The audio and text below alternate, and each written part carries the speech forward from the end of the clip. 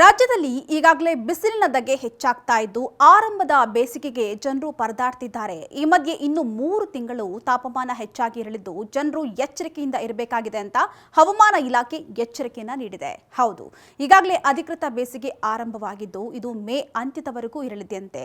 ಇನ್ನು ಈ ವರ್ಷ ರಾಜ್ಯದಲ್ಲಿ ಗರಿಷ್ಠ ಮತ್ತು ಕನಿಷ್ಠ ತಾಪಮಾನವು ವಾಡಿಕೆಗಿಂತ ಹೆಚ್ಚಾಗಿ ಇರಲಿದೆಯಂತೆ.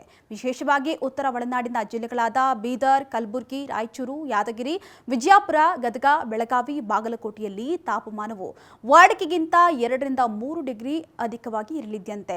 ಇನ್ನು ಗರಿಷ್ಠ ತಾಪಮಾನ 42 ಡಿಗ್ರಿ ಸೆಲ್ಸಿಯಸ್ನಿಂದ 45 ಡಿಗ್ರಿ ಸೆಲ್ಸಿಯಸ್ಗೆ ಏರಿಕೆಯಾಗುವಂತಹ ಸಾಧ್ಯತೆ ಇದೆಯಂತೆ.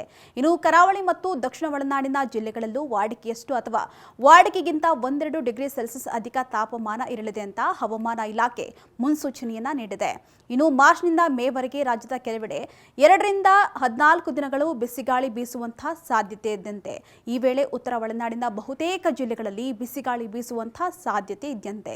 ಸದ್ಯ ಉತ್ತರ ಭಾರತದಲ್ಲಿ ತಾಪಮಾನ ಜಾಸ್ತಿಯಾಗಿದ್ದು ಅದರ ಪ್ರಭಾವ ರಾಜ್ಯದ ಉತ್ತರದ ಜಿಲ್ಲೆಗಳ ಮೇಲೆ ಪರಿಣಾಮವನ್ನು ಬೀರ್ತಾ ಇರ್ತಕ್ಕಂತಹ ಕಾರಣ ಬಿಸಿಲು ಜಾಸ್ತಿ ಆಗಲು ಕಾರಣವಾಗ್ತಾ ಇದೆಯಂತೆ.